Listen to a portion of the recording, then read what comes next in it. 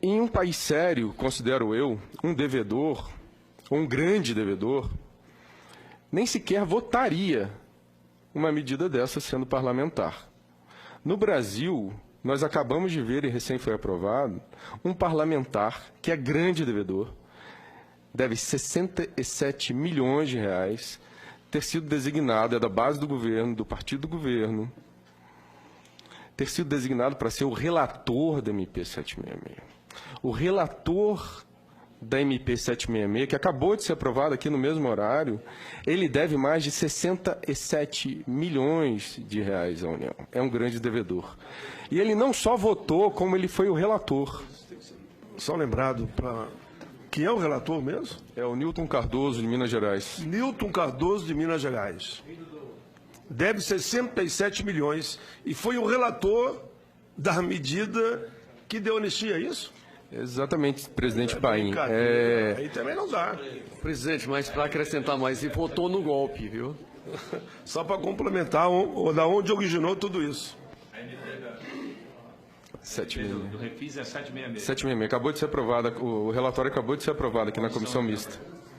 A comissão mista aqui, no final do corredor, do outro lado, na outra ala, na sequência aqui do corredor.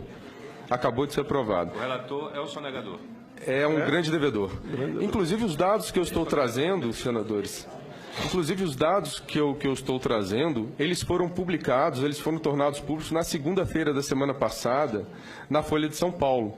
A Folha de São Paulo, via PGFN, porque os dados, como eu disse no início, são públicos, estão no site oficial da Procuradoria-Geral da Fazenda Nacional, lá estão os dados de que esse parlamentar deve mais de 67 milhões. São dados públicos, à disposição da internet de qualquer cidadão. E a Folha de São Paulo denunciou isso na segunda-feira da semana passada, em matéria muito interessante.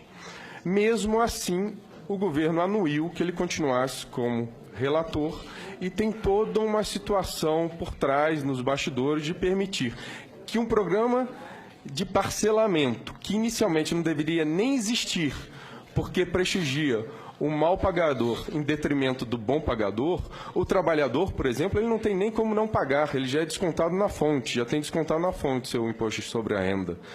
O trabalhador também, o pouco que ele recebe do seu salário, ele gasta com bens indispensáveis à subsistência, que são severamente tributados, porque no Brasil a tributação incide sobretudo sobre o consumo, ao contrário dos países desenvolvidos.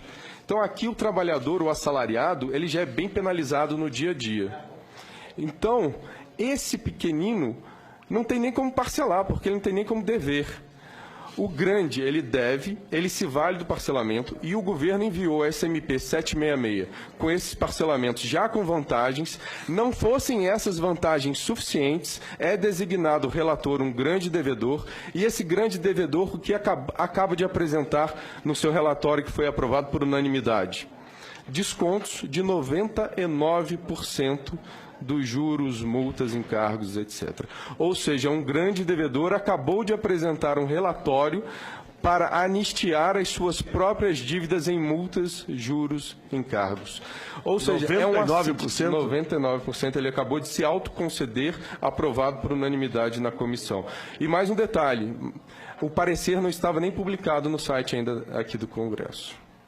Votaram o parecer sem que naquele momento tivesse publicado o parecer que estava sendo votado. Então, essa situação é extremamente grave. Eu imagino que num país sério, um parlamentar desse nem sequer participasse da votação. Aqui ele participa e o governo anui que ele diga qual é o texto que será submetido à aprovação.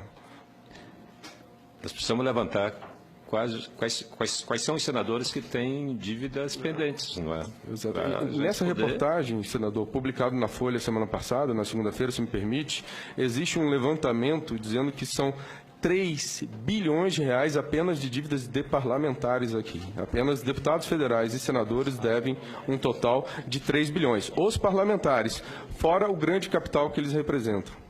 Ou seja, estão legislando em causa própria. Exatamente. Fazendo lei para beneficiar as próprias dívidas, para anistiar, para extinguir as próprias dívidas. Exato. Então, apenas para fazer essa denúncia também, gostaria de dizer que estão usando dinheiro do povo para financiar os seus próprios benefícios. Enfim, existe dinheiro, existe muito dinheiro, existe um órgão responsabilizado pela cobrança, sucateado e cada vez mais sucateado, porque não há interesse do governo que esse dinheiro seja cobrado. E existe ainda essas benesses todas, ou seja...